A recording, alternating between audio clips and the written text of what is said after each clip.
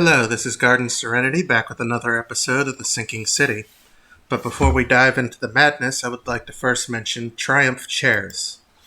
They're a gaming chair developing company, and they develop some of the finest gaming chairs. Now, you might be thinking, I can't afford a gaming chair, but they actually offer options so that you can buy it now and pay later. So lots of payment options. On top of that, I will be placing a code down in my description so you can get 10% off of your next gaming chair.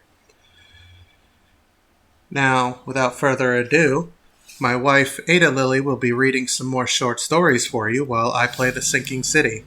Let's dive into the madness. Hi everyone, it's Ada Lily, and I'll be reading some more Lovecraft for the first time. Today's story will be The Color Out of Space.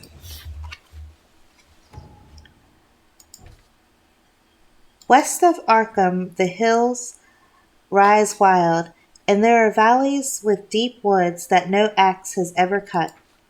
There are dark, narrow glens where the trees slope fantastically, and where thin brooklets trickle without ever having caught the glint of sunlight.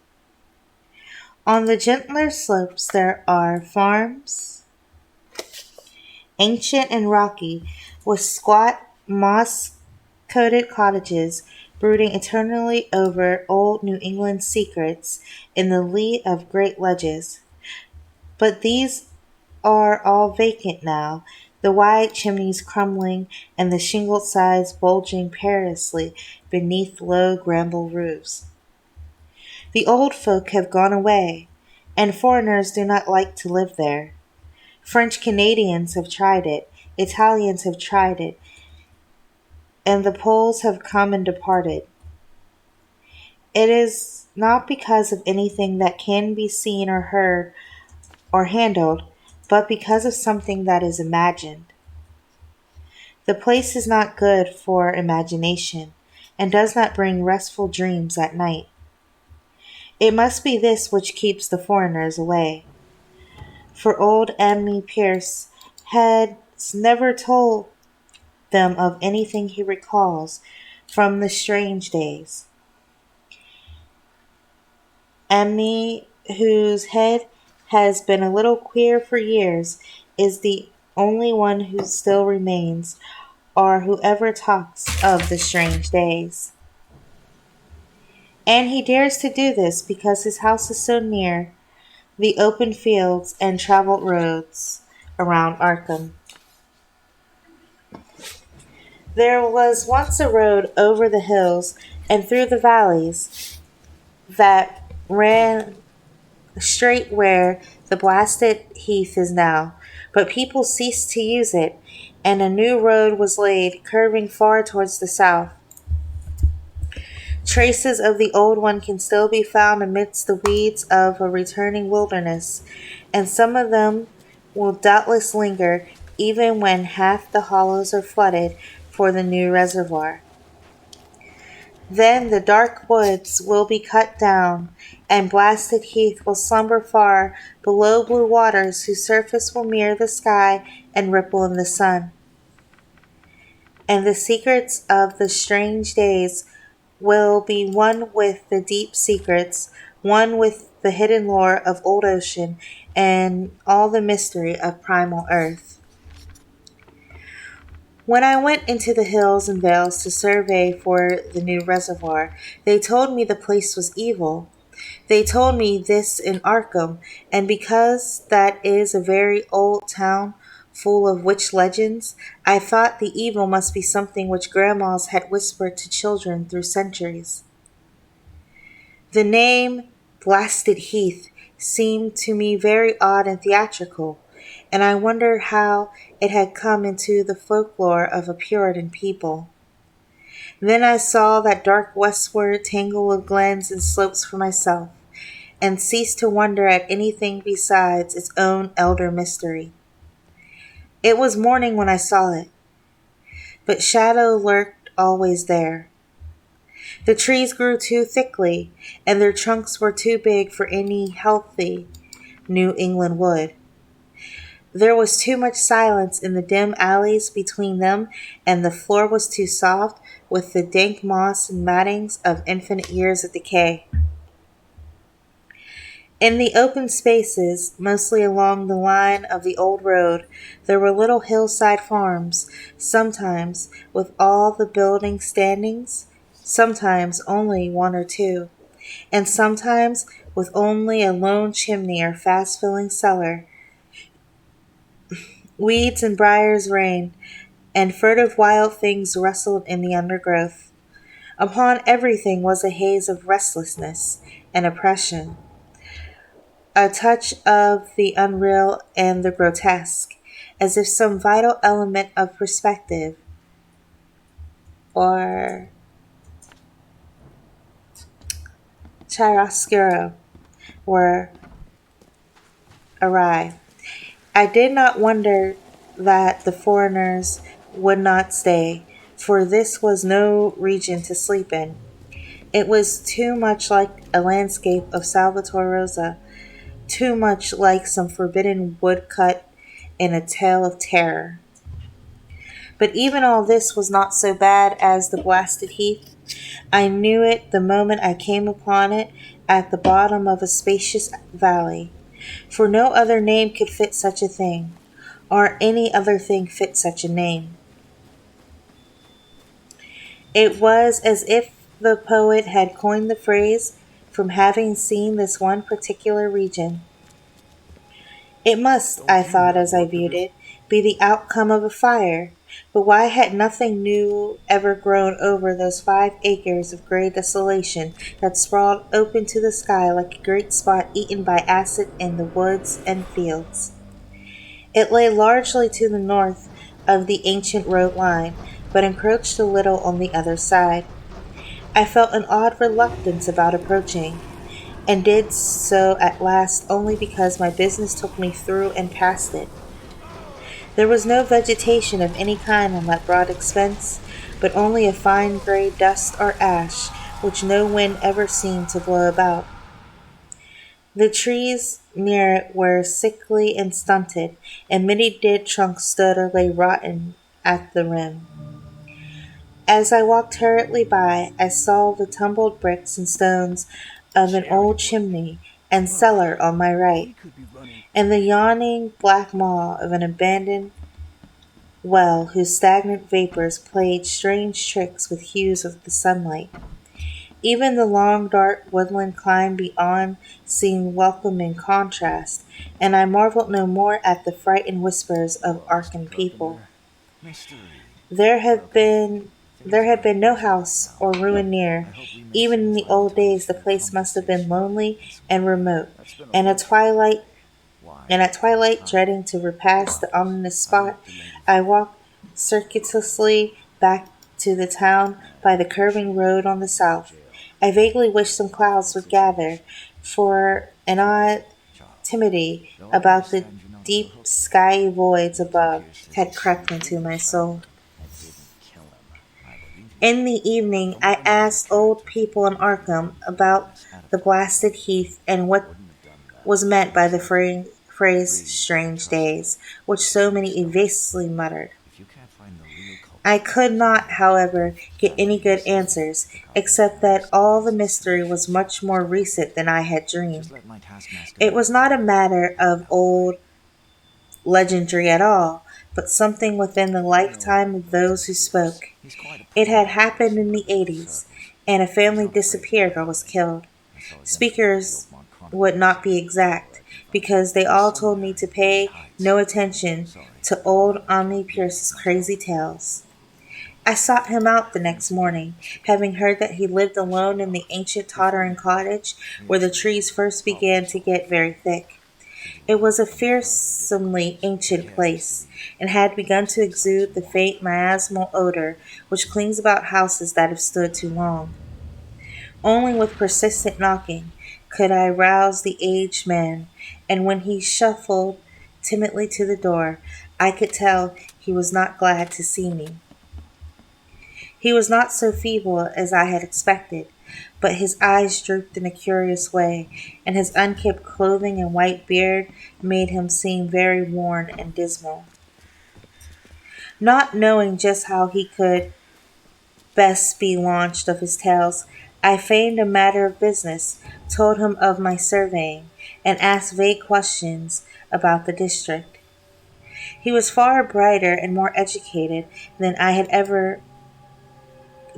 been led to think, and before I knew it, had grasped quite as much of the subject as any man I had talked with in Arkham.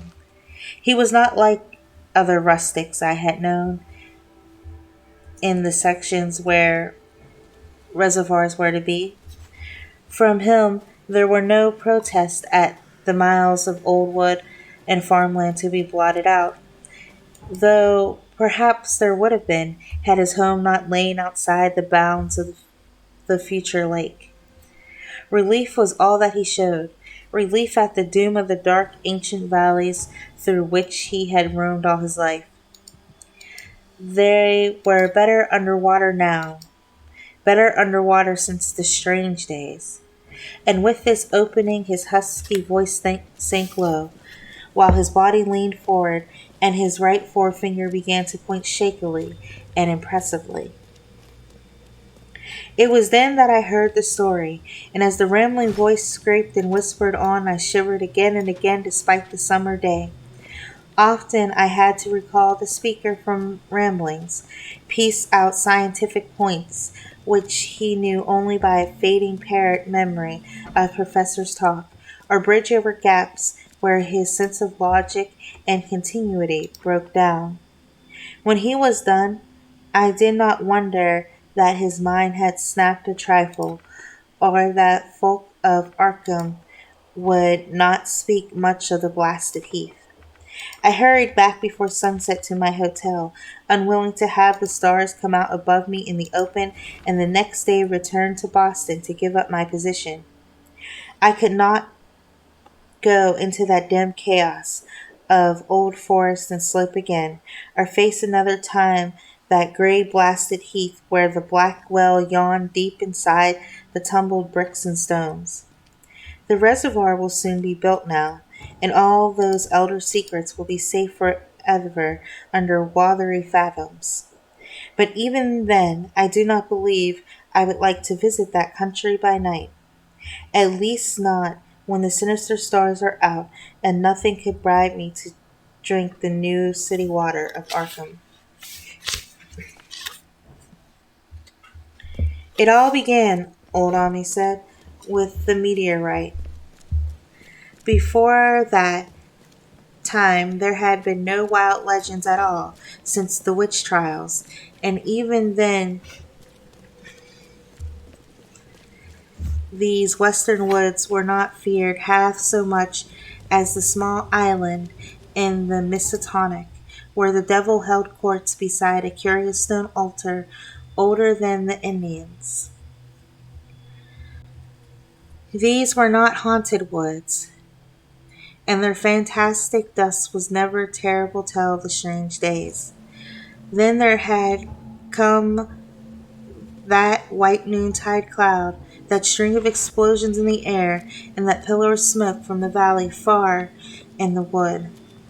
And by night all Arkham had heard of the great rock that fell out of the sky and bedded itself into the ground beside the well at Nahum Gardner Place. That was the house which had stood where the blasted heath was to come, the trim white Nahum Gardner house amidst its fertile gardens and orchards. Nahum had come to the town to tell people about the stone, and dropped in at Omni Pierce's on the way. Omni was 40 then, and all the queer things were fixed very strongly in his mind. He and his wife had gone with 3 professors from Miskatonic University, which hastened out the next morning to see the weird visitor from unknown cellar space, and had wondered why Nahum had called it so large the day before. It had shrunk, Nahum said, as he pointed out the big brownish mound above the ripped earth and charred grass near the archaic well sweep in his front yard. But the wise men answered that stones do not shrink. Its heat lingered persistently, and nothing declared it had glowed faintly in the night. The professors tried it with the geologist's hammer and found it was oddly soft. It was, in truth, so soft as to be almost plastic. They gouged rather than chipped a specimen to take back to the college for testing. They took it in an old pail borrowed from Mom's kitchen, for even the small piece refused to grow cool. On the trip back, they stopped at Amy's to rest and seemed thoughtful when Mrs. Pierce remarked that the fragment was growing smaller and burning the bottom of the pail. Truly, it was not large, but perhaps they had taken less than they thought. The day after that, all this was in June of '82. The professors had trooped out again in great excitement. As they passed Almies, they told him what queer things the specimen had done, how it had faded wholly away when they put it in the glass beaker. The beaker had gone too, and the wise men That's got a talked of sure the engine strange blood in stone's its affinity veins. for silicon. Literally. It had acted quite unbelievably in that well ordered laboratory, doing nothing at all and showing no occluded gases when heated on charcoal, being wholly negative Must in have the been some big borax head, election campaign very and soon, soon you proving say. itself absolutely non-volatile at any producible temperature, including Somebody that got of the changed here. oxyhydrogen blowpipe. On an anvil it appeared highly malleable, and in the dark its luminosity was very Was marked. he planning to become a Stubbornly prince of refusing to Pokemon? grow Or was cool, this it soon had some the light college bulb? in a state of real excitement, when upon heating before the spectroscope it displayed shining bands unlike any known colors of the normal He spectrum. definitely kept some dirty clothes There on. was You can see the much blood splatter. breathless talk of new elements, bizarre optical properties, and other things which puzzled men of science are wont to say when faced by the unknown.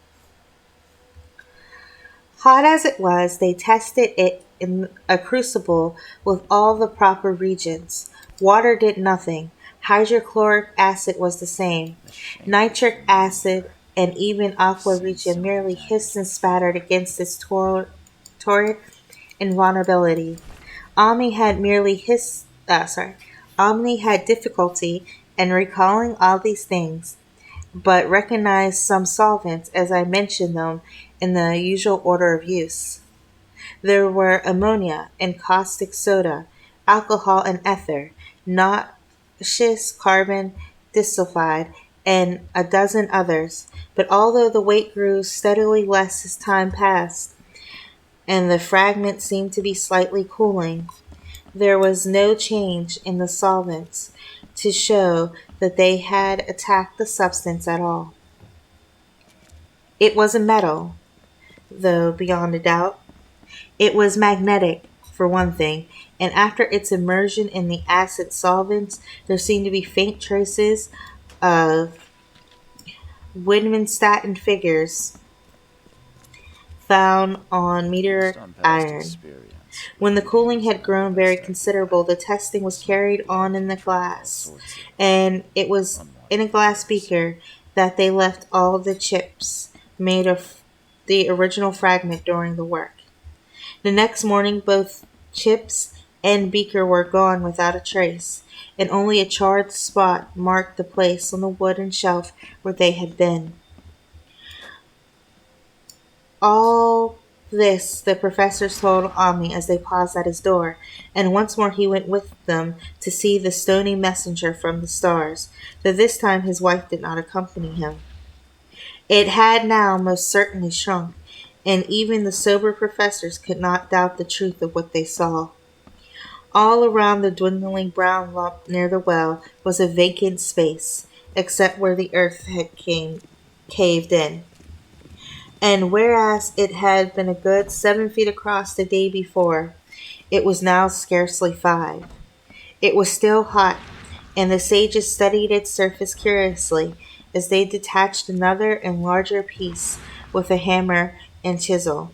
They gouged deeply this time as they pried away the smaller mass. They saw that the core of the thing was not quite homogeneous. They had uncovered what seemed to be the side of a large colored Can't globule even a banker's embedded in the heart. substance. The color, which resembled some of the bands in the meteor's strange Blood was spurting spectrum, out of him. was almost Just impossible spurting to out. describe, Oh, and it's it was all over me. only by analogy that they called it color at all. Its texture was glossy. Upon tapping, it appeared to promise both Where's my brittleness and dang tie? hollowness. I should have been One in of the City Hall professors by gave it now. a smart blow Buggers with a won't meet and hammer, greet and it themselves. burst with a nervous little pop. Get these out of my sight, Nothing Bart. was emitted, Isn't and that why all we got a trace of the laundry thing room vanished downstairs? Time to with the figure puncturing. this out. It left behind The a blood hollow was spurting out spherical of him. Robert, space just about spurting 3 inches out. across, and Where's all my... thought it Get these probable out of my that sight, others would Robert. be discovered as Isn't the that why we got enclosing a laundry room substance wasted away. downstairs? Milton Pierce came home. Conjecture was vain, so after a futile Emptied his attempt clothes to downstairs find and went to his additional breakfast at globules City by Hall. drilling, the seekers left again with their new specimen, which proved, however, as baffling in the laboratory as its predecessor. Aside from being almost plastic, having heat, magnetism, and slight luminosity, cooling slightly in powerful acids, possessing an unknown spectrum, wasting away in air, and attacking silicon compounds with mutual destruction as a result, it presented no identifying features whatsoever. And at the end of the test, the college scientists were forced to own that they could not place it. It was nothing of this earth, but a piece of the great outside, and as such dowered with outside properties, and obedient to outside laws. That night there was a thunderstorm, and when the professors went out to Nahum's the next day, they met with a bitter disappointment. The stone, magnetic as it had been, must have had some peculiar electrical property, for it had drawn the lightning, as Nahum said, with a singular persistence. 6 times within an hour the farmer saw the lightning strike the furrow in the front yard, and when the storm was over nothing remained but a ragged pit by the ancient well sweep, half choked with a caved-in earth. Digging had borne no fruit, and scientists verified the fact of the utter vanishment. The failure was total, so that nothing was left to do but go back to the laboratory and test again the disappearing fragment left carefully cased in lead. That fragment lasted a week, at the end of which nothing of value had been learned of it. When it had gone, no residue was left behind, and in time the professors felt scarcely sure that they had indeed seen the waking eyes that cryptic vestige of fathomless gulfs outside, that lone weird message from the other universes Hey, Mr. and other Pierce. realms as a matter of Glad to force see me. and entity. How are you here? You should As be in was jail. natural, I have the good Arkham friends who papers bailed me made out. much talk of the I incident just want to with talk. its collegiate sponsoring, and sent reporters to talk with Nahum Gardner and his family. At least You're one so full of Boston it. daily also sent Tell a me how scribe, it and was. Nahum quickly Want to know what I became a saw? kind of local I saw a celebrity. bloody newcomer He rush was a in, lean, genial gray arms, person and of about stroll out 50, like it was living no with his biggie. wife and 3 sons on the pleasant farmstead in the valley. He and Why Ami did he exchanged claim my frequent name? visits, Excuse me? Why wouldn't I? as did their When he was wives, killed, and I Omni should have had let nothing that but go. praise for him after all these years. Who He knows? seemed slightly proud Quite the of the opposite. notice his place had I attracted, saw you and talked first. often of the You meteorite weren't going to in the claim it wasn't succeeding yours. weeks. That July and August were hot, You're and Nahum certain it worked was your hard at his backyard. haying in the How can you 10-acre be so pasture sure? across Chapman's Brook, Hope Manas his knows a rattling newcomer when wain they see wearing deep one. ruts in the Only yours shadowy can lanes tell. between. The labor tired You him smart more than guys it like had in that, other Pierce. years, Can't and we he have each other? felt that age Are you was beginning attempting to to be tell a on him. clever politician, Mr. Reed? Then fell the time of fruit and harvest. The pears and apples slowly ripened, and Nahum vowed that his orchards were prospering as never before. The fruit was growing to phenomenal size and unwanted gloss, and so rich. and in such abundance that extra barrels were ordered to handle the future crop. But with the ripening came sore disappointment. For all of that gorgeous array of specious lusciousness, not a single jot was fit to eat. Into the fine flavor of the pears and apples had crept a stealthy bitterness and sickness, so that even the smallest bites induced a lasting disgust. Sorry. It was the same with the melons and the tomatoes, and Nahum sadly saw that his entire crop was lost. Quick to connect events, he declared that the meteorite had poisoned the soil, and thanked heaven that most of the other crops were in an upland lot along the road. Winter came early and was very cold. Omni saw Nahum less often than usual, and observed that had begun to look worried. The rest of his family, too, seemed to have grown taciturn and were far from steady in their church going or their attendance at various social events of the countryside. For this reserve or melancholy no cause could be found, though all the household confessed now and then to poorer health and feeling a vague disquiet. Nahum himself gave the most definite statement of anyone when he said he was disturbed about certain footprints in the snow. They were the usual winter prints of red squirrels, white rabbits, and foxes, but the brooding farmer professed to see something not quite right about their nature and arrangement. He was never specific, but appeared to think that they were not as characteristic of the anatomy and habits of squirrels and rabbits and foxes as they ought to be. Ami listened without interest to this talk until one night when he drove past Nahum's house in his sleigh on the way back from Clark Corners. There had been a moon, and a rabbit had run across the road. The leaps of the rabbit were longer than either Omni or his horse liked. The latter, indeed, had almost run away when brought up by a firm rein.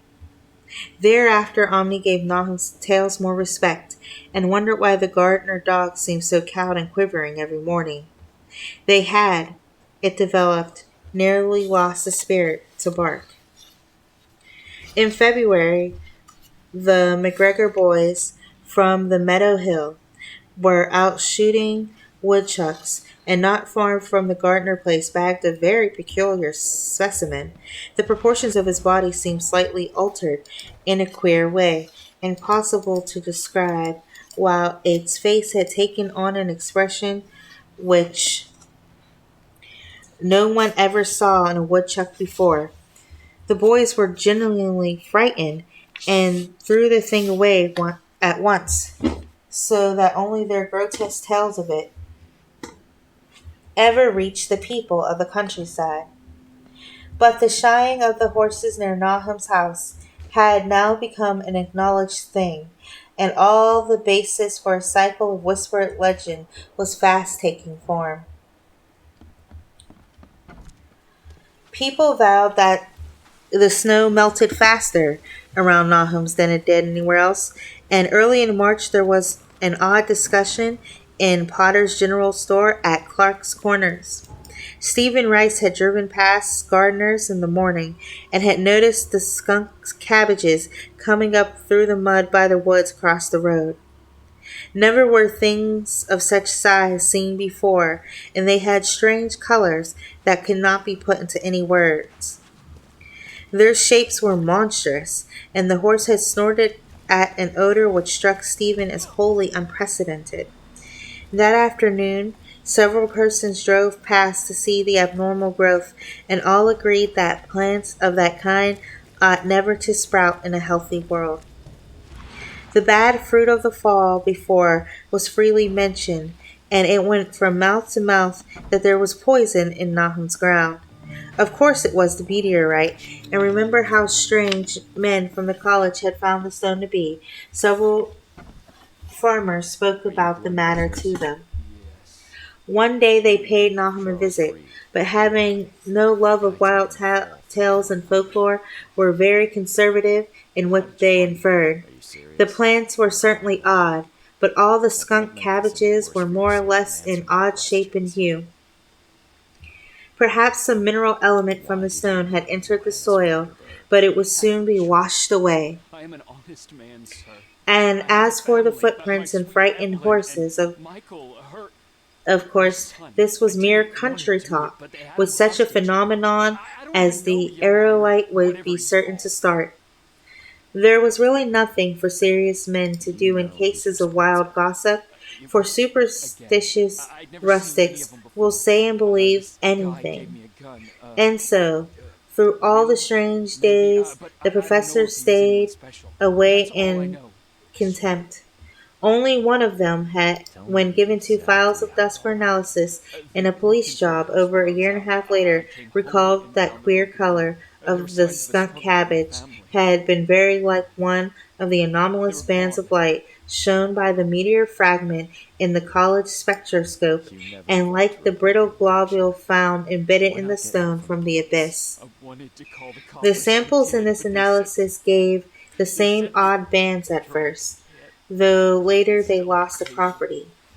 I've no guts to touch it. The trees budded prematurely around What do I Nahum's, look and like? A at night they sailor swayed from the city? ominously in the wind. How is Nahum's that second possible? son, Thaddeus, a lad of I 15, don't know. swore that they This is the swayed face I was also born when with. there was no I'm wind, just as but even the confused as you are. gossip would not credit Any this. relatives in Boston? Certainly, however, My restlessness was family in the lives here in air. The Providence. entire Gardner family developed a Just ignore habit this of town to put stealthily Lewiston on listening, the list. though not for any sound which they could I'll consciously need to name. inspect the place The more listening properly. was, You indeed, have to. rather a It's product next of door. moments I when locked it so no one could consciousness get in. seemed half to slip away. So I don't. Unfortunately, such moments increased week by Okay, week till let's say it I became believe you. common speech that But in the something was wrong deeds, you're with wearing all me off to Nahum's somehow. folks. I don't know. When the The early gang leader promised they would release, saxifrage but they haven't returned. came out, it had Everyone another screaming my name strange is right. color. It's great. Not quite Can we make that a of deal? skunk Depends on the cabbage, offer. but plainly I'm related and equally I took unknown bribe to if you anyone will who show me saw the it. way. I will turn myself into the police and Nahum took some when I hand blossoms to over the Arkham weapon, and showed them to they'll the have to editor of the believe me. Gazette, But I can't but do it that until I know my dignitary did family no is more safe. than write a Right. humorous article So, about I'll them, rescue your in which the family to dark save fears of ours. rustics were In a held up nutshell, to polite yes. ridicule. It was a mistake Is it what you of want, sir? Nahum's to tell a stolid city man Fine, about I'll do it. the way the I'll great make you overgrown believe me. mooring I'll do it. cloaked butterflies behaved in You know connection better with the men than that. saxifrages. I'm sorry to April make these brought a first kind of decisions, madness to the but I country will folk, make it right. and I began promise. that disuse of the road past Nahum's, which led to its ultimate abandonment. Still, It that's was a the hell of a ride. vegetation. All the orchard How many trees monster blossomed does forth in that? strange There's a limit colors, in the and envelope. through the stony soil of the yard and adjacent pasturage there sprang up There used to be some writing here. a bizarre But it's been growth washed off, which at least only a partially. botanist could connect with the proper flora of the region. No sane, wholesome colors were anywhere to be seen except in the Oh, green I'm a grass suffragette, and huh? leafage, but everywhere Old but clean were and those shiny. hectic and Guess prismatic that's what variants of some detective would count. diseased underlying primary tone without a place among the known tints of earth. The Dutchman's breeches became a Some thing of the of boards look sinister fresh. menace, No dust. and the blood roots grew insolent in their chromatic perversion. Ami and the gardeners thought that most of the colors had a sort of haunting familiarity, and decided that they reminded one of the brittle globule in the meteor.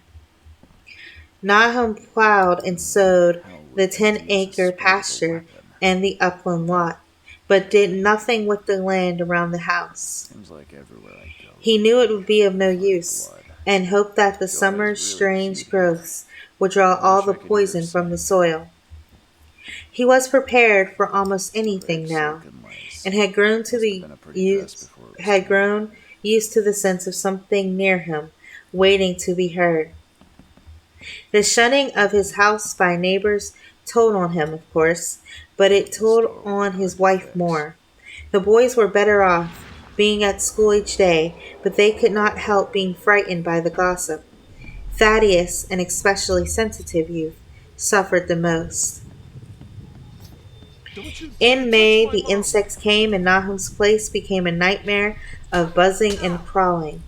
Most of the creatures seemed Open not this quite door or I'll usual kick it in down! their aspects and motions, and their nocturnal habits Catch contradicted up to all us when you're formal done.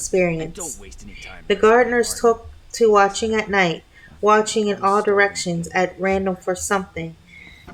They could not tell what, and it was then Open that this they door or I'll kick it all down! owned that Don't you Thaddeus dare had been touch right my about the mom! trees. Miss Gardner was the next to Catch see up it to from the us when you're window done. as And don't she waste any watched the time rescuing swollen Martin. boughs of He's maple expecting against the moonlit again sky. broke in The and boughs kidnapped surely Martin and his moved, and son. there was no wind. The ladder It fell must out the be the back, sap. knocking and attacking through the Strangeness had floor. come into There must have everything been some growing roots left now, with the and hostages. yet it was none of Nahum's family at all who made the next discovery. Familiarity How do I had get to the dulled room them, beneath us? and what they Why? could not see was glimpsed by a It's locked. timid windowsill salesman from Just give me Bolton, the key. who drove by one night in ignorance of country legends. What he told I'll in get going. Arkham was given a short paragraph in the Gazette, and it was there that all farmers, Nahum included, saw it first. The night had been dark and the buggy lamps faint, but around a farm in the valley, which everyone knew from the account must be Nahum's, the darkness had been less thick. The dim though distinct luminosity seemed to inhere in all the vegetation, grass, leaves, and blossoms alike. And while at one moment a detached piece of phosphorescence appeared to stir furtively in the yard near the barn, the grass had never the grass had so far seemed untouched, and the cows were freely pastured in the lot I must have had a hard near the fall. house. But towards the Around end of September. May, the milk began to be bad. Then Nahum had the cows driven to the uplands, That's a after rare which this spirit. trouble ceased. I like it to have a Not barn long full before after this Prohibition. change in grass and leaves became apparent to the eye. All the verdure was going gray, and was developing a highly singular quality of brittleness. Ami was now the only person who ever visited the place, and his visits were becoming fewer and fewer. When the school closed, the gardeners were virtually cut off from the world, and sometimes let Ami do their errands in town. They were failing curiously, both physically and mentally, and no one was surprised when the news of Miss Gardner's madness stole around. It happened in June, about the anniversary of the meteor's fall, and the poor woman screamed about things in the air which she could not describe. In her raving, there was not a single specified noun, but only verbs and pronouns. Things moved Congratulations and on your changed wedding. and fluttered, and This ears is the tingled to day. impulses which were not holy sounds. Something was taken away, and she was being drained of something, something that was fastening itself on her that ought not to be. Someone must make it keep off. Nothing was ever still in the night. The walls and windows shifted. Nahum did not send her to the county asylum, but let her wander about the house as long as she was harmless to herself and others.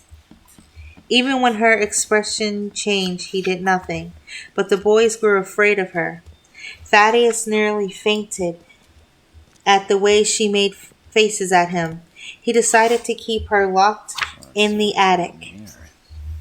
By July, she had ceased to speak and crawled on all fours.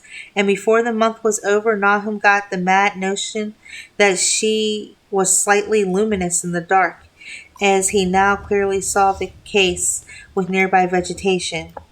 It was a little before this that the horses stampeded. Something aroused them in the night, and their neighing and kicking in their stalls had been terrible.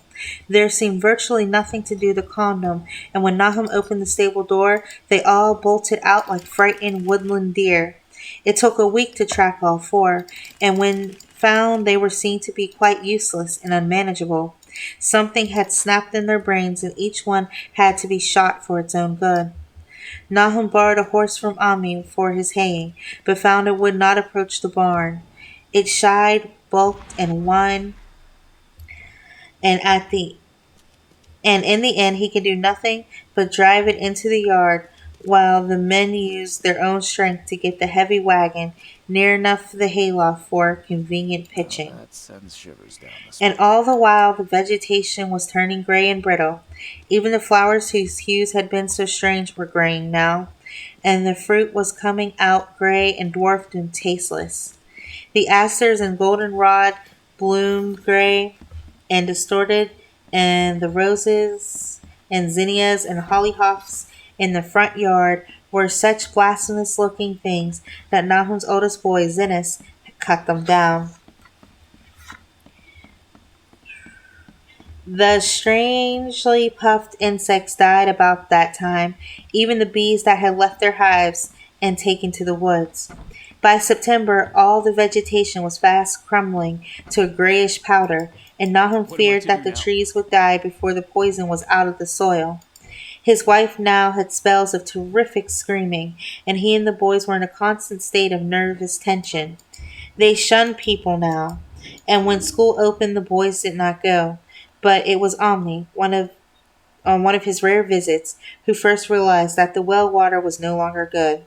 It had an evil taste that did not exactly fotid nor exactly salty. Omni advised his friend to dig another well on the higher ground to use till the soil was good again. Nahum, however, ignored his warning, for he had by that time become callous to strange and unpleasant things. He and his boys continued to use the tainted supply, drinking it as listlessly and mechanically as they ate their meager and ill cooked meals, did their thankless and monotonous chores through the aimless days. There was something of solid resignation about them all, as if they walked half in another world between lines of nameless guards to a certain familiar doom. Thaddeus went mad in September after a visit to the well. He had gone with a pail and come back empty handed, shrieking and waving his arms, and sometimes lapsing into an inane titter or whispering about the moving colors down there. Two in one family was pretty bad, but Nahum was very brave about it. He let the boy run about for a week until he began stumbling and hurting himself. Then he shut him in an attic room across the hall from his mother's. The way they screamed at each other from behind their locked doors was terrible, especially to little Merwin, who fancied they talked in some terrible language that was not of earth. Merwin was getting frightfully imaginative, and his restlessness was worse after the shunning away of his brother, who had been his greatest playmate. Almost at the same time, mortality among livestock commenced. Poultry turned grayish and died very quickly, their meat being found dry and noisome upon cutting. Hogs grew inordinately fat, and then suddenly began to undergo loathsome changes which no one could explain. Their meat was, of course, useless, and Nahum at his wits' end. No royal veterinary would approach his place, and the city veterinary from Arkham was openly baffled. The swine began growing gray and brittle and falling to pieces before they died. Their eyes and muzzles developed singular alterations. It was very inexplicable, for they had never been fed from the tainted vegetation.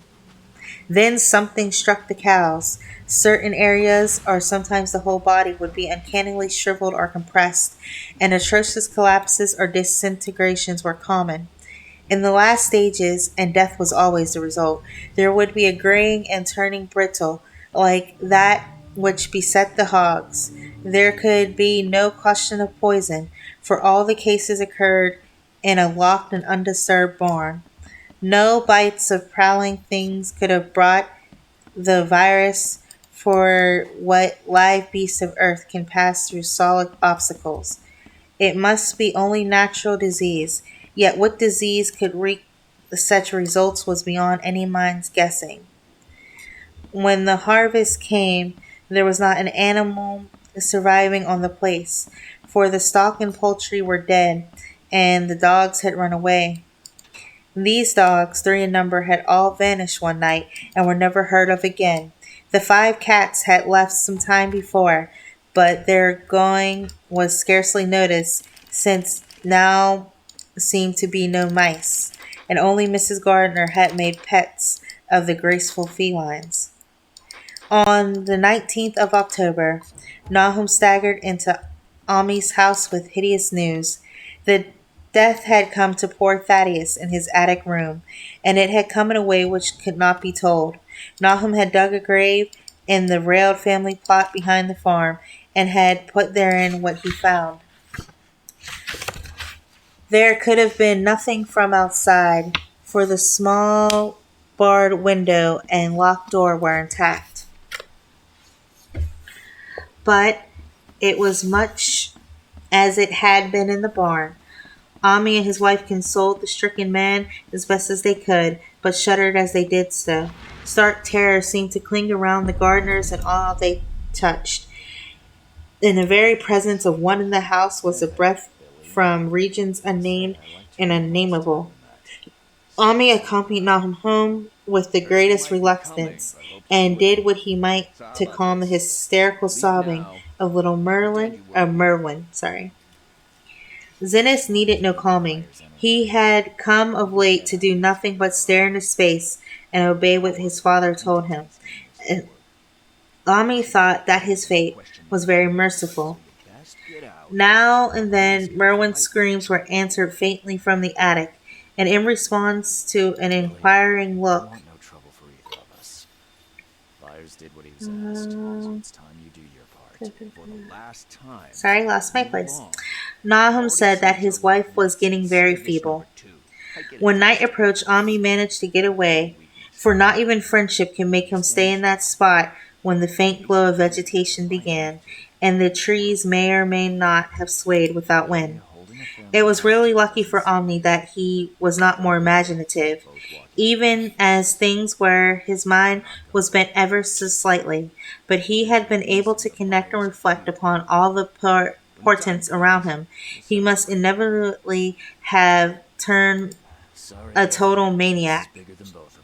In the twilight, he hastened home, the screams of the mad woman and the nervous child ringing horribly through his ears. 3 days later, Nahum burst into Omni's kitchen in the early morning, and in the absence of his host stammered out a desperate tale once more. While Mrs. Pierce listened in a clutching fright, it was little Merwin this time. He was gone. He had gone out late at night with a lantern and pail for water and had never come back. He had been going to pieces for days, and hardly knew what he was about, screamed at everything. There had been a frantic shriek from the yard then, but before the father could get out the door, the boy was gone. There was no glow from the lantern he had taken, and of the child himself no trace. At the time, Nahum thought the lantern and pail were gone too, but when dawn came, the man plodded back from his all-night search of the woods and fields, and he found some various curious things near the well. There was a crushed and apparently somewhat melted mass of iron, which had certainly been the lantern, while a bent handle and twisted iron hoops beside it. Both half-fused, seemed to hint at the remnants of the pail. That was all. Nahum was past imagining. Mrs. Pierce was blank, and Omni, when he had reached home heard the tale, could give no guess. Merwin was gone, and there would be no use in telling the people around who shun all gardeners now. No use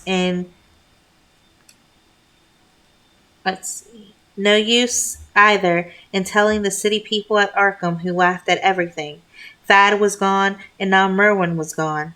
Something was creeping and waiting to be seen and heard. Nahum would go soon, and he wanted Ami to look after his wife and Zennis if they survived him. It must all be a judgment of some sort, though he could not fancy what for, since he had always walked uprightly in the Lord's ways, so far as he knew. For over 2 weeks, Ami saw nothing of Nahum, and then worried about what might have happened.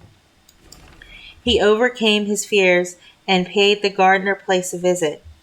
There was no smoke from the great chimney, and for a moment the visitor was apprehensive of the worst. The aspect of the whole farm was shocking. Grayish withered grass, leaves on the ground, vines falling and brittle wreckage from archaic walls and gables, and great bare trees calling up at the grey November sky with a studied malevolence which Ami could not but feel had come from some subtle change in the tilt of the branches. But Nahum was alive after all. Everything I've He faced was has come to weak this and lying simple on a couch in the low ceiled kitchen, but perfectly conscious and able to give simple orders to Zenith. The room was deadly cold, and as Ami visibly shivered, the host shouted huskily to Zenith for more wood. Wood, indeed, was sorely needed, since the cavernous fireplace was unlit and empty, with a cloud of soot blowing about in the chill wind that came down the chimney. Presently Nahum asked him if the extra wood had made him any more comfortable, and then Ami saw what had happened. The stoutest cord had broken at last, and the hapless father's mind was proof against more sorrow. Questioning tactfully, Ami could give no clear data at all about the missing Zenith. In the well, he lives in the well, was all that the clouded father would say. Then there flashed across the visitor's mind a sudden thought of the mad wife, and he changed his line of inquiry. Your father and I have a lot we Nabby? need to deal with together. Well, here So she we'll is, explain everything when we was the surprised response of poor Nahum, and Ami soon saw that he must search for himself. Leaving the harmless babbler on the couch, he took the keys from their nail beside the door and climbed the creaking stairs to the attic. It was very close and noisome up there, and no sound could be heard from any direction. Of the four doors in sight, only one was locked, and this he tried various keys of the ring he had taken. The third key proved the right one, and after some fumbling, Omni threw open the low white door. It was dark inside, for the window was small and half obscured by the crude wooden bars, and Omni could see nothing at all on the wide planked floor. The stench was beyond enduring, and before he proceeded further, he had to retreat to another room and return with his lungs filled with breathable air. When he did enter, he saw something dark in the corner, and upon seeing it more clearly, he screamed outright.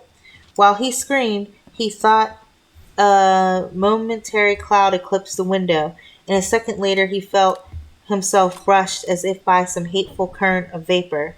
Strange colors danced before his eyes, and had not a present horror numbed him, he would have thought of the globule in the meteor that the geologist's hammer had shattered, and of the morbid vegetation that had sprouted in the spring. As it was, he thought only of the blasphemous monstrosity which confronted him, and which all too clearly had shared the nameless fate of young Thaddeus and the livestock. But the terrible thing about the horror was that it very slowly, perceptibly moved as it continued to crumble. Ami would give me no added particulars of this scene, but of the shape the shape in the corner does not reappear in his tale as a moving object. There are things which cannot be mentioned, and what is done in common humanity is sometimes cruelly judged by the law. I gathered that no moving thing was left in the attic, and that to leave anything capable of motion there would have been a deed so monstrous as to damn any accountable being to eternal torment. Anyone but a stolid farmer would have fainted or gone mad, but Omni walked conscious through that low doorway and locked the accursed secret behind him. There would be Nahum to deal with now, and he must be fed and tended and removed to some place where he could be cared for. Commencing his descent of the dark Animal is stairs, safe now. Ami heard a faint Thank you thud so below much. him. My He sister-in-law even just bought thought this a stuff off me scream for had my suddenly been anniversary. choked off, and I recalled owe you everything. What is nervously now? the clammy Should vapor I which turn had myself brushed in? by him First things in that first. frightful room I gotta above. write a confession. What presence A had little his worried cry against and the entry witness. started up? Okay, I'll take it over to the Halted by police some station immediately, fear, but he don't heard just give it still to me. further sounds I have a below. murder weapon. You Indubitably, still have it? there Yes, was sir. a sort of Here's everything. heavy dragging Good man. and most I'll go clear detestably things up. sticky noise I suggest you as make the most of your time of before some problems fiendish come and along. unclean species of suction. With an Okay, Kat. associative sense of goaded to feverish heights, he thought unaccountably of what he had seen upstairs. Good God! What eldritch dream world was this into which he had blundered? He dared move neither backward nor forward, but stood there trembling as the black curve of the boxen stair at the black curve of the boxen staircase. Every trifle of the scene burned itself into his brain. The sound, the sense of dread expectancy, the darkness, the steepness of the narrow steps, the merciful heaven, the faint but unmistakable luminosity of all the woodwork in sights, steps, sides, exposed laths and beams alike. Then there burst forward a frantic whining from Ami's horse outside, followed at once by a clatter which told of a frenzied runaway.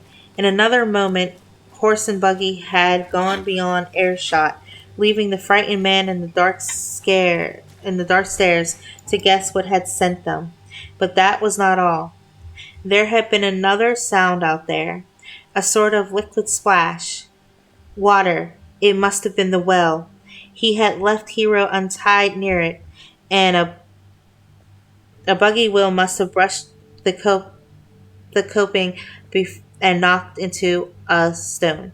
And still the pale phosphorescence glowed in that detestably ancient woodwork. God, how old the house was!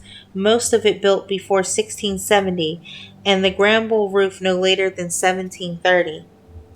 A feeble scratching on the floor downstairs now sounded distinctly, and Ami's grip tightened on the heavy stick he had picked up in the attic for some purpose. Slowly nerving himself, he finished his descent and walked boldly toward the kitchen. But he did not complete the walk because what he sought was no longer there. It had come to meet him, and it was still alive after a fashion. Whether it had crawled or whether it had been dragged by any external forces, Ami could not say, but the death had been at it. Everything had happened in the last half hour, but collapse, graying, and disintegration were already far advanced. There was a horrible brittleness, and dry fragments were scaling off. Ami could not touch it, but looked horrifiedly into the distorted parody that had been a face. What was it, Nahum? What was it? He whispered, and the cleft, bulging lips were just able to crackle out a final answer. Nothing. Nothing. The color. It burns.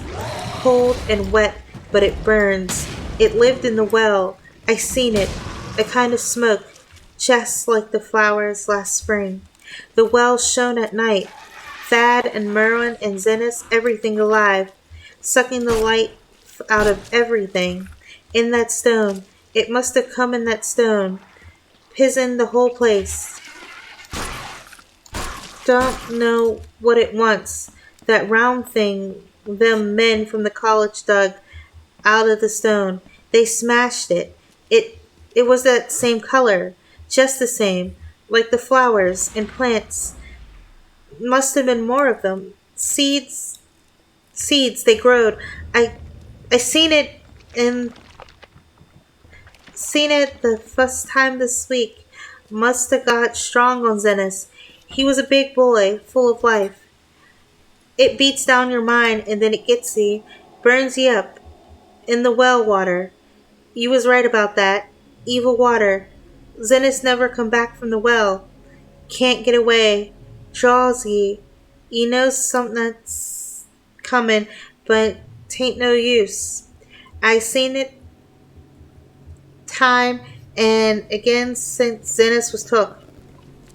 Whar's Nobby, Ami? My head's no good. Don't know how long since I fed her. It'll get her if we aren't careful. Just the color. Her face is getting too hev that color sometimes toward night, and it burns and sucks. It comes from some place where things ain't as they is here. One of them, Professor said so. He was right. Look out, Ami. It'll do something more. Sucks the life out. But that was all. That which spoke could speak no more because it had completely caved in. Ami laid a red checked tablecloth over what was left and reeled out the back door into the fields. He climbed the slope to the 10-acre pasture and stumbled home by the north road in the woods. He could not pass that well from which his horses had run away. He had looked at it through the windows and had seen that no stone was missing from the rim. Then the lurching buggy had not dislodged anything after all. The splash had been something else, something which went into the well after it had done with poor Nahum. When Ami reached his house, the horses and buggy had arrived before him and thrown his wife into fits of anxiety. Reassuring her without explanation, he set out at once for Arkham and notified the authorities that the Gardner family was no more. He indulged in no deaths, but merely told of the deaths of Nahum and Nabby, that of Thaddeus being already known, and mentioned that the cause seemed to be the same strange ailment which killed the livestock. He also stated that Merwin and Zennis had disappeared. There was considerable questioning at the police station, and in the end Ami was compelled to take 3 officers to the Gardner farm, together with the coroner, the medical examiner, and the veterinary who had treated the diseased animals. He went much against his will, for the afternoon was advancing, and Bee feared the fall of night over that accursed place. But it was some comfort to have so many people with him. The 6 men drove out in a Democrat wagon following Ami's buggy and arrived at the pest-ridden farmhouse about 4 o'clock. Used as the officers were to gruesome experiences, not one remained unmoved at what was found in the attic and under the red checked tablecloth on the floor below. The whole aspect of the farm with its grey desolation was terrible enough, but those 2 crumbling objects were beyond all bounds. No one could look long at them, and even the medical examiner admitted there was very little to examine. Specimens could be analyzed. Specimens could be analyzed, of course, so he busied himself in obtaining them. And here it develops that a very puzzling aftermath occurred at the college laboratory where the 2 files of dust were finally taken. Under the spectroscope, both samples gave off an unknown spectrum, which many of the baffling bands were precisely like those which the strange meteor had yielded in the previous year. The property of emitting this spectrum vanished in a month, the dust thereafter consisting mainly of alkaline phosphates and carbonates. Ami would not have told the men about the well if he had thought they meant to do anything then and there. It was getting towards sunset, and he was anxious to be away. But he could not help glancing nervously at the stony curve by the great sweep. And when a detective questioned him, he admitted that Nahum had feared something down there, so much so that he had never even thought of searching for it. He had never even thought of searching it for Merwin or Zennis. After that, nothing would do, but that they empty and explore the well immediately. So Ami had to wait trembling while pail after pail of rank water was hauled up and splashed on the soaking ground outside. The men sniffed in disgust at the fluid, and toward the last held their noses against the filter they were uncovering. It was not so long a job as they had feared it would be, since the water was phenomenally low. There was no need to speak to exactly what they found. Merwin and Zennis were both there, in part, though the vestiges were mainly skeletal. There were also a small deer and a large dog in about the same state, and a number of bones of small animals. The ooze and slime at the bottom seemed inexplicably porous and bubbling, and a man who descended on handholds with a long pole found that he can sink the wooden shaft into any depth in the mud of the floor without meeting any solid obstruction. Twilight had now fallen, and lanterns were brought from the house. Then, when it was seen that nothing further could be gained from the well, everyone went indoors and conferred in the ancient sitting room, while the intermittent light of a spectral half moon played wanly on the gray desolate outside. The men were frankly nonplussed by the entire case and could find no convincing common element to link the strange vegetable conditions, the unknown disease of livestock and humans, and the unaccountable deaths of Merwin and Zennis in the tainted well. They had heard the common country talk, it is true, but could not believe that anything contrary to natural law had occurred. No doubt the meteor had poisoned the soil, but the illness of persons and animals who had eaten nothing grown in that soil was another matter. Was it well water? Very possibly. It might be a good idea to analyze it. But what peculiar madness could have made both boys jump into the well? Their deeds were so similar, and the fragments showed that they had both suffered from the gray brittle death. Why was everything so gray and brittle? It was the coroner, seated near a window overlooking the yard, who first noticed the glow about the well. Night had fully set in, and all the abhorrent ground seemed faintly luminous with more than fitful moonbeams. But this new glow was something definite and distinct, and appeared to shoot up from the black pit like a softened ray from a searchlight, giving dull reflections in the little ground pools where the water had been emptied. It had been it had a very queer color, and as all men clustered around the window, Ami gave a violent start, for the strange beam of ghastly miasma was to him of no unfamiliar hue. He had seen that color before, and feared to think what it might mean. He had seen it in the nasty brittle globule in that air light 2 summers ago, and had seen it in the crazy vegetation of the springtime, and had thought he had seen it for an instant that very morning against sorry and that very morning against the small barred window of that terrible attic room where nameless things had happened. It had flashed there a second, and a clammy and hateful current of vapor had brushed past them, and then poor Nahum had been taken by something of that color. He had said so at the last, said it was like a globule in the plants, and after that had come running in the yard and the splash in the well, and now that well was belching forth to the night a pale insidious beam of the same demonic tint.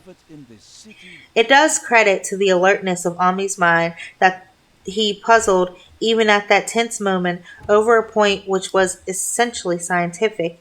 He could not but wonder at his gleaning of the same impression from the vapor glimpsed in the daytime, against the window opening on the morning sky, and from a nocturnal exhalation seen as phosphorescent mist against the black and blasted landscape. It wasn't right. It was against nature.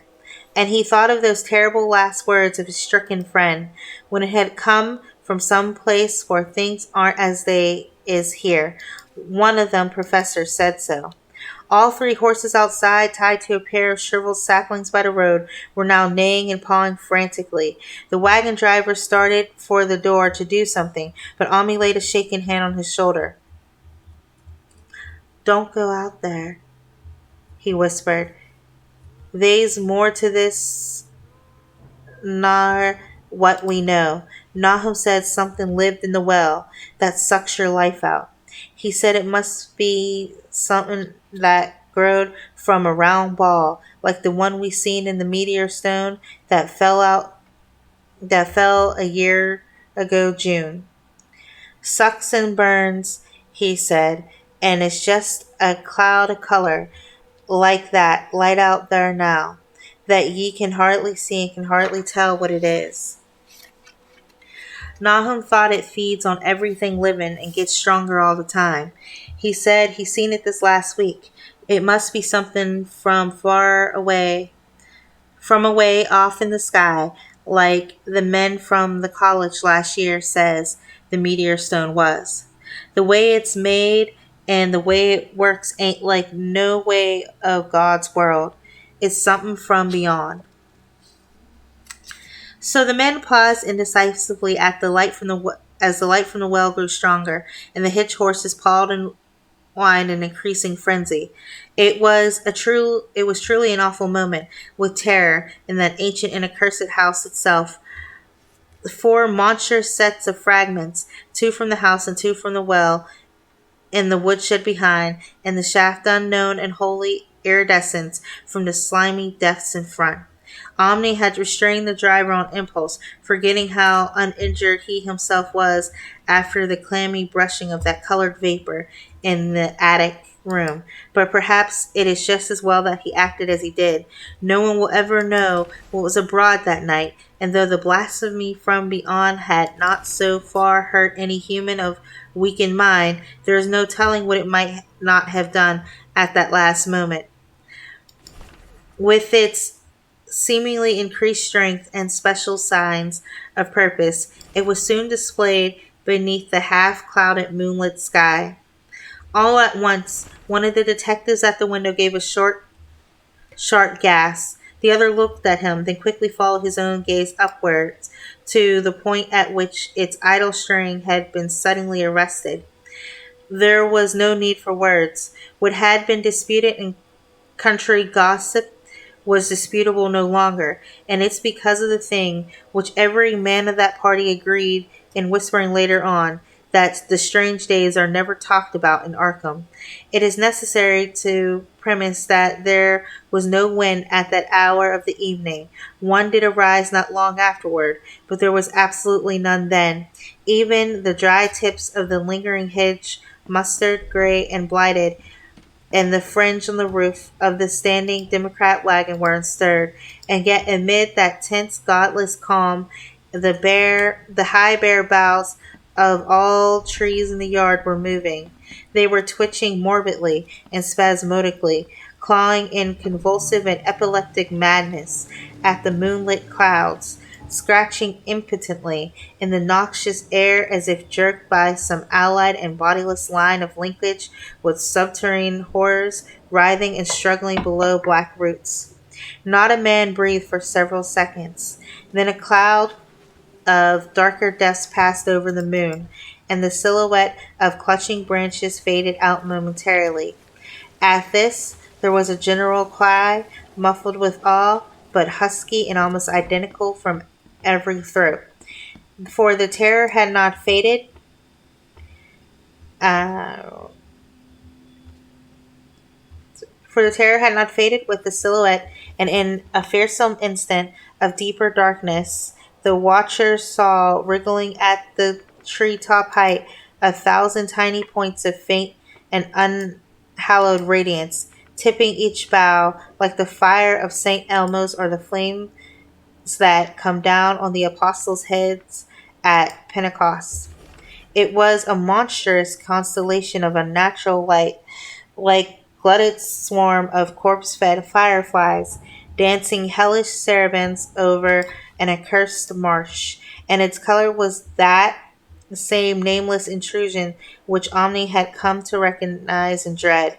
All the while, the shaft of phosphorescence from the well seemed was getting brighter and brighter, bringing to the minds of the huddled men a sense of doom and abnormality which far outraced any image their conscious minds could form. It was no longer shining out, it was pouring out. And as this shapeless stream of unplaceable color left the well, it seemed to flow directly into the sky. The veterinary shivered and walked to the front door to drop the heavy extra bar across it. Ami shook no less, and had to tug and point for lack of controllable voice. When he wished to draw notice to the growing luminosity of the trees, the neighing and stamping of the horses had become utterly frightful, but not a soul of that group in the old house would have ventured forth for any earthly reward. With the moments, the shining of the trees increased, while their restless branches seemed to strain more and more towards verticality. The wood of the well sweep was shining now, and presently a policeman dumbly pointed to some wooden sheds and beehives near the stone wall on the west. They were commencing to shine too, though the tethered vehicles of the visitors seemed so far unaffected. Then there was a wild commotion and clopping in the road, and as Ami quenched the lamp for better seeing, they realized that the span of frantic grays had broken their sapling and run off with the Democratic wagon. The shock served to loosen several tongues, and embarrassed whispers were exchanged. "It spreads on everything organic that's been around here," muttered the medical examiner. No one replied, but the man who had been in the well gave a hint that his long pole must have stirred up something intangible. "It was awful," he added. "There was no bottom at all, just ooze and bubbles and the feeling of something lurking under there." Ami's horse still pawed and screamed deafeningly in the road outside, and nearly drowned its owner's faint quaver as he mumbled his formless reflections. "It come from that stone. It growed down there. It got everything living. It fed itself on them, mind and body. Thad and Merwin and Zennis and Nabby. Nahum was the last. They all drunk the water. It got strong on them. It come from beyond, where things ain't like they be here. Now it's going home." At this point, as the column of unknown color flared suddenly stronger and began to weave itself into fantastic suggestions of shape, which each spectator later described differently, there came from poor tethered hero such a sound as no man before or since had ever heard from a horse. Every person in that low-pitched sitting room stopped his ears, and Ami turned away from the window in horror and nausea. Words cannot convey it. When Omni looked out again, the hapless beast lay huddled, inert on the moonlit ground, between the splintered shafts of the buggy. That was the last of the hero till they buried him the next day. But the present was no time to mourn, for almost at this instant a detective silently called attention to something terrible in the very room with them. In the absence of the lamplight, it was clear that a faint phosphorescence had begun to pervade the entire apartment. A human face. Hold up, I'll unlock the door. It, I guess you're the reason that it glowed on the broad planked floor I don't know how to thank you, mister. and the fragment of rag carpet, and shimmered over the sashes of the small pane windows. It ran up and down the exposed corner posts, coruscated about the shelf and mantel, and infected the very doors and furniture. Each minute saw it strengthen, and at its last, it was very plain and healthy living things. It was very plain that healthy living things must leave that house. Ami showed them the back door and the path up through the fields to the 10-acre pasture. They walked and stumbled as if in a dream, and did not dare look back until they were far away on the high ground. They were glad of the path, for they could not have gone the front way by that well. It was bad enough passing that the glowing barn and sheds, and those shining orchard trees with their gnarled, Stay high. fiendish contours. But High. thank heaven the branches did their worst In the puddles. twisting Don't high be up. too careful. The moon went under some very black clouds as they crossed the rustic bridge over Chapman's Brook, and it was blind groping from there to the open meadows. When they looked back towards the valley and the distant Gardner place at the bottom, they saw a fearsome sight. All of the form was shining with the hideous unknown blend of color, trees, buildings, and even such grass and herbage as had not been wholly changed to lethal gray brittleness. The boughs were straining skyward, tipped with tongues of foul flame, and lambent tricklings of the same monstrous fire were creeping about the ridgepoles of the house and barn and sheds. It was a scene from a vision of Fuseli, and over all the rest reigned that riot and luminous amorphosis, that alien and undimensioned rainbow of cryptic poison from the well, seething and feeling, lapping, reaching, scintillating, straining, and malignly bubbling in its cosmic and unrecognizable chromaticism. Then, without warning, the hideous thing shot vertically up toward the sky like a rocket or meteor, leaving behind no trail and disappearing through a round and curiously regular hole in the clouds before any man could gasp or cry out. Nor no watcher can ever forget that sight, and Ami stared blankly at the stars of Cygnus, Deneb twinkling above the others, where the unknown color had melted into the Milky Way. But his gaze was the next moment called swiftly to earth by the crackling in the valley. It was just that, only a wooden ripping and crackling and not an explosion, as so many of the others of the party vowed. Yet the outcome was the same, for in one feverish kaleidoscope instant there burst up from that doomed and accursed farm a gleamingly eruptive cataclysm of unnatural sparks and substance, blurring the glance of those few who saw it, and sending forth to the zenith a bombarding cloudburst of such colored and fantastic fragments as our universe must needs disown. Through quickly reclosing vapors, they followed the great morbidity that had vanished, and in another second they had vanished too. Behind and below was only a darkness to which the men dared not return, and all about was a mounting wind which seemed to sweep down in black foregusts from interstellar space. It shrieked and howled and lashed the fields and distorted woods in a mad cosmic frenzy, till soon the trembling party realized it would be no use waiting for the moon to show what was left down there at Nahum's.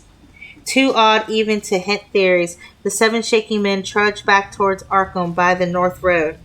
Omni was worse than his fellows, and begged them to see him inside his own kitchen, instead of keeping straight on to town. He did not wish to cross the blighted Winwood woods alone to his home on the main road, for he had an added shock that the others were spared, and was crushed forever with a brooding fear he dared not even mention for many years to come. As the rest of the watchers on that tempestuous hill had solidly set their faces towards the road, Ami had looked back an instant at the shadowed valley of desolation so lately sheltering his ill-starred friend, and from that stricken faraway spot he had seen something feebly rise, only to sink down again upon the place from which the great shapeless horror had shot into the sky.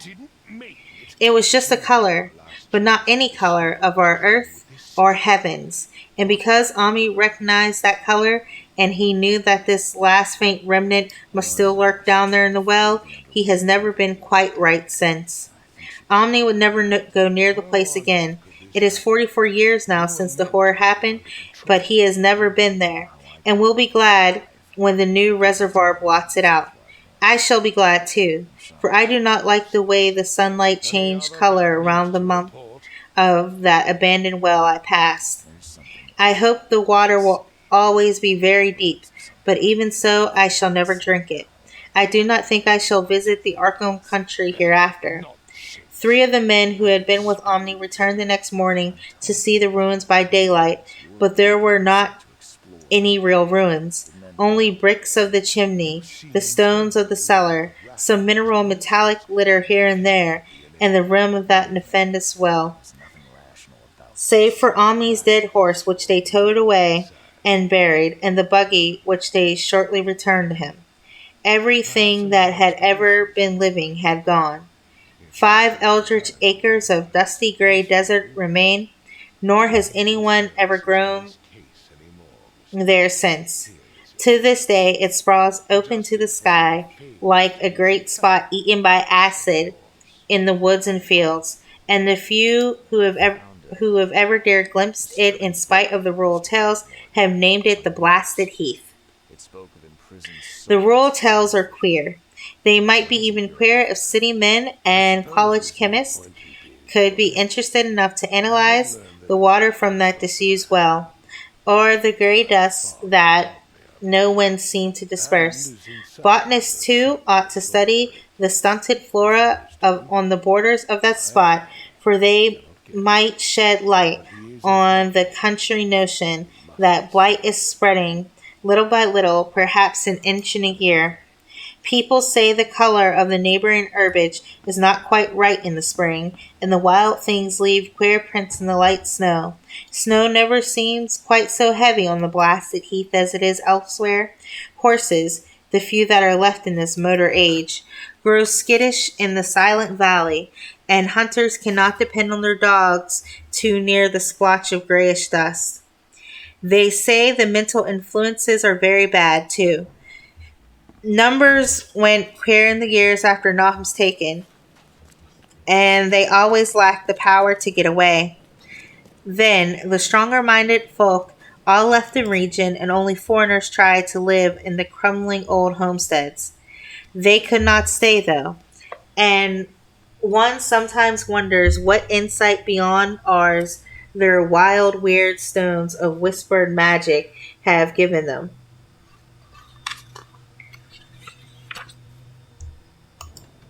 Their dreams at night, they protest, are very horrible in that grotesque country, and surely the very look of the dark realm is enough to stir a morbid fancy. No traveler has ever escaped in a sense of strangeness in those deep ravines, and artists shiver as they paint thick woods whose mystery is as much of the spirit as the eye. I myself am curious about the sensation I derived from my one lone walk before Ami told me his tale. When twilight had came, when twilight came, I had vaguely wished some clouds would gather, for an odd timidity about the deep skyey voids above had crept into my soul. Do not ask me for my opinion. I do not know. That is all. There was no one but Ami to question for day. Ami to question. For Arkham people will not talk about the strange days, and all 3 professors who saw the aerial light in its color globule are dead. There were other globules, depend upon that. One must have fed itself and escaped, and probably there was another which was too late. No doubt it is still down the well. I know there was something wrong with the sunlight I saw above the miasmal brink.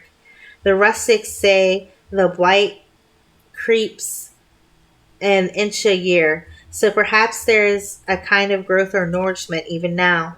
But whatever daemon hatching is there, there must be tethered to something, or else it would quickly spread. Is it fastened to the roots of those trees that claw the air?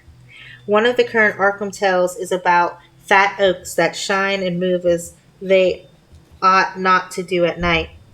What it is, only God knows. In terms of matter, I suppose the things Ami described would be called a gas, but this gas obeyed the laws that are not of our cosmos. There was no fruit of such worlds and suns as shine on the telescopes and photographic plates of our observatories. This was no breath from the skies whose motions and dimensions our astronomers measure, or deem too vast to measure. It was a color out of space, a frightful messenger from unformed realms of infinity beyond all nature as we know it, from realms whose mere existence stuns the brains and numbs us with the black extra cosmic gulfs it throws open before our frenzied eyes. I doubt very much if Omni had consciously lied to me, and I do not think his tale was all a freak of madness as the townsfolk had forewarned. Something terrible came to the hills and valleys on that meteor, and something terrible, though I know not in what proportion, still remains. I shall be glad to see the water come. Meanwhile, I hope nothing will happen to Ami. He saw so much of the thing, and its influence was so insidious. Why has he never been able to move away? How clearly he recalled those dying words in Nahum's. Can't get away, Jaji. You know something's coming, but 'tain't no use. Omni is such a good old man. When the reservoir gang gets to work, I must write the chief engineer to keep a sharp watch on him. I would hate to think of him as gray, twisted, brittle monstrosity, which persists more and more in troubling my sleep. So that was the whole story for The Color Out of Space. This video is a bit longer because the story is longer. And therefore, I will give my thoughts and stuff on this particular story before I read the next story in the next video. Thank you.